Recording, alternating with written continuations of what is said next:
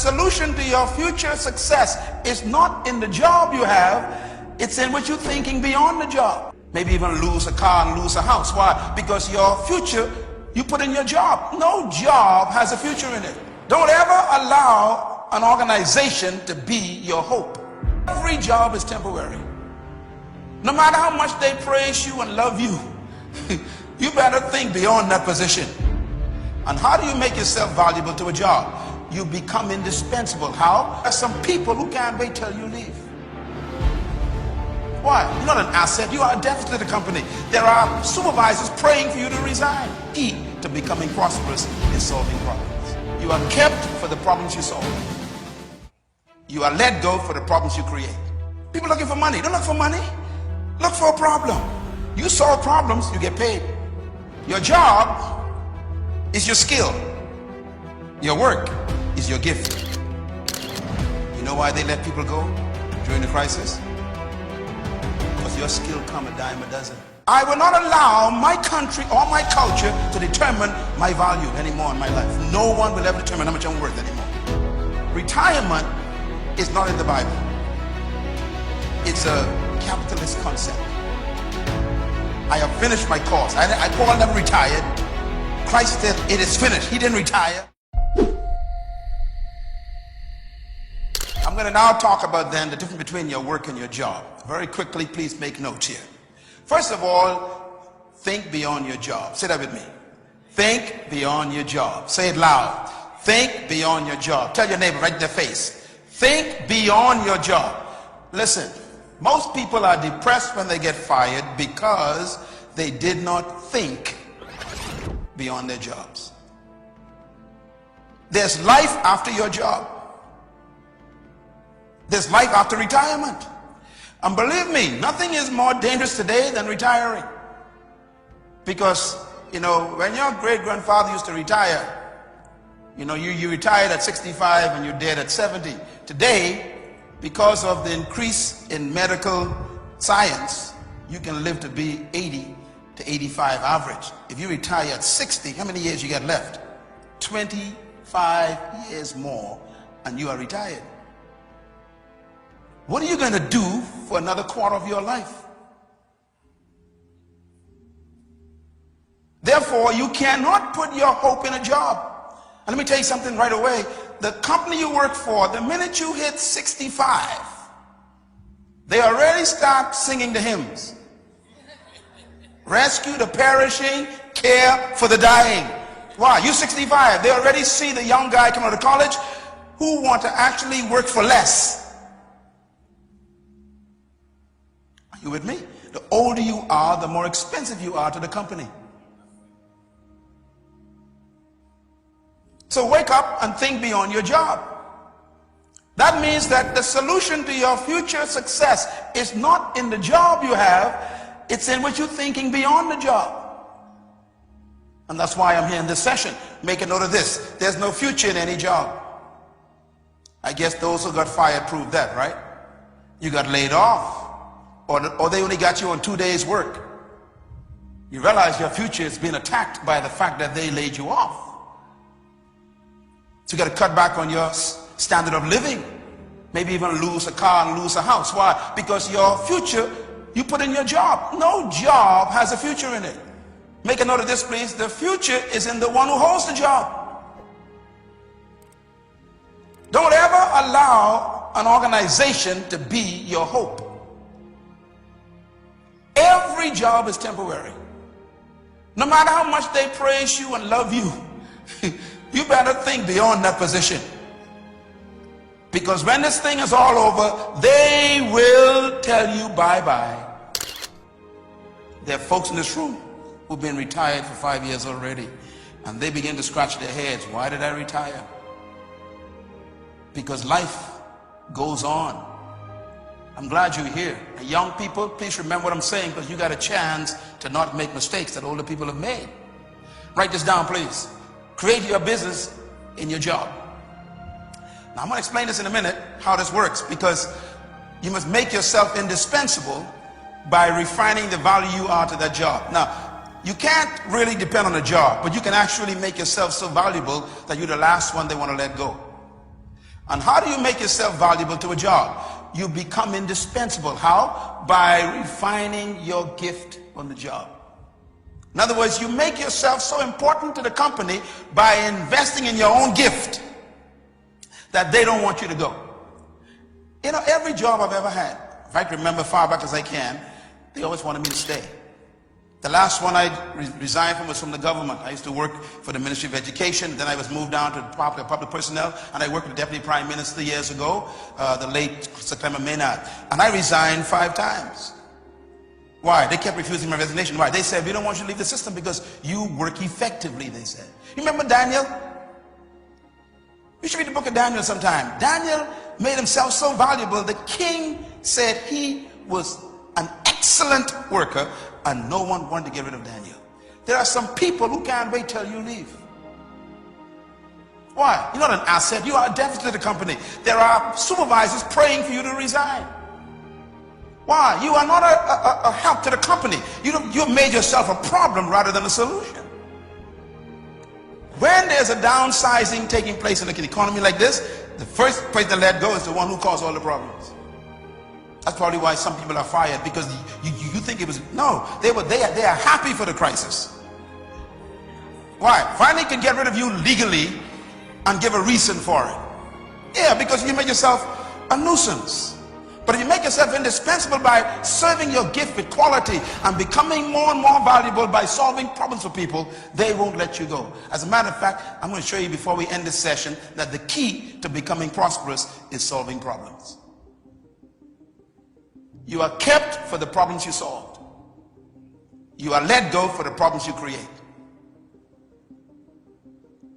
People ask me all the time, how you do it? My answer is, I'm a solution, not a problem. And I mean that. I said to myself all the time, I solve problems. That's why I'm valuable. I'm valuable because I'm solving your problems tonight. If you want to become the same way, you got to be able to find problems that you can solve and then solve them. Don't look for a job, look for a problem. People looking for money. Don't look for money. Look for a problem. You solve problems, you get paid. So that's different between your job and your work. Let me give you the differences real quick. Never confuse your job with your work. Why? Your job is what they train you to do. Your work is what you were born to do. Your job is your career. Your work is your life assignment. Your job is your skill. Your work is your gift. You know why they let people go during the crisis? Because your skill come a dime a dozen. They could fire you because they don't need your skill, but they can never fire your gift. It goes with you. A person who knows their gift can never get fired. This is why you have to study, what is my gift? Now, our problem is our cultures have not trained us to find our gift. They train us to find a job. So they tell you, go get a skill. Remember those words? The problem is, your skill is dispensable.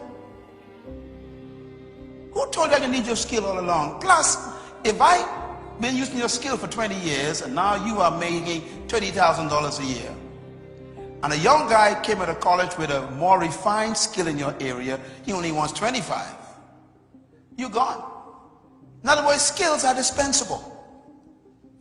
But gifts can never be taken away. Write this down, please. Your work, you can retire from your job, but you can't retire from your work. I've never seen a fish who says, I tired swimming. I retire. I don't swim no more. I've never seen a bird that says, I retire from flying. I've never seen a seed that says, I retire from bringing forth a tree. In other words, you never retire from your gift. You can retire from your work, from your job rather, from your skill. And many people in this room are actually suffering right now because they retired from their skill. You was a secretary, no one wants you anymore. You're a skillful secretary, but they don't want secretaries.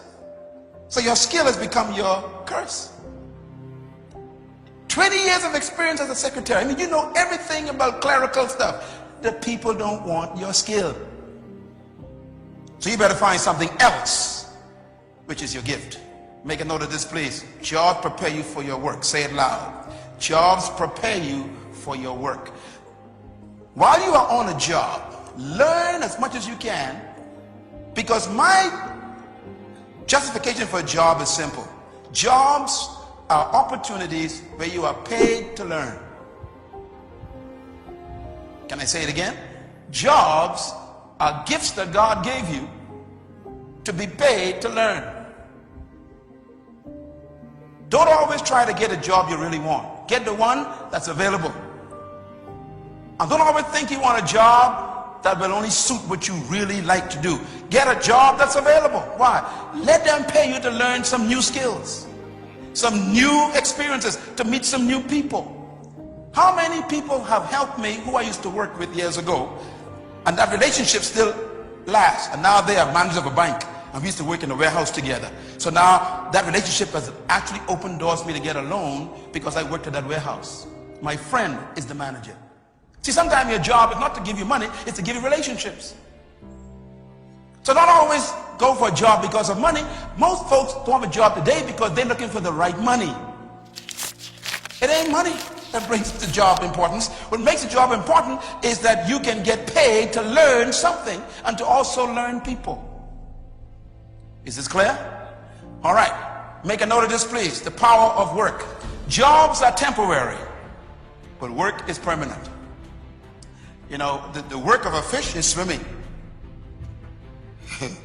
Swimming in a certain part of the pool is his job. If you took the fish out of the pool and put him in a pond, have you taken away his ability to swim? His gift went with him, even though you fired him from the pool. See, when they get rid of you, carry your gift with you. Wherever you land, keep on swimming. Because it wasn't the skill that they took away from you, it was the location for you to be in your gift.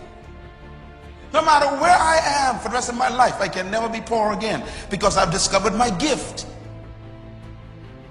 I will not allow my country or my culture to determine my value anymore in my life. No one will ever determine how much I'm worth anymore.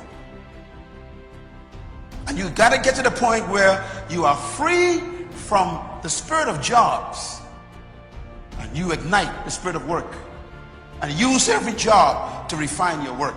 Make a note of this, please. You can never retire from your job, from your work rather, but you can retire from your job. Retirement is not in the Bible. It's a capitalist concept. Retirement is not even biblical. You are never supposed to retire. You're supposed to simply finish your work and leave. I have finished my course. Paul never retired. Christ said it is finished. He didn't retire. You leave after you finish something. Some of the most miserable people in the world are retired people. Do you know why? You were never created to stop working. What is work? Becoming. If you stop becoming, you stop existing. No wonder why you're so paranoid and hate everybody. Because you ain't being yourself lately. People who live long are those who have found something that they love to do all their lives. If you can't wait to get rid of your job, it's because it's not your work. Number 4, your work protects you from your job. Write that down. If you learn your work, you're not afraid if they take away your job. When they threaten to fire you, you should say, it's okay. Why? You can take away my job, but you can't take away my work. You can take away my skill, but you can't take away my gift. You can take away the activity, you can't take away the ability. Your gift is more important than your skill.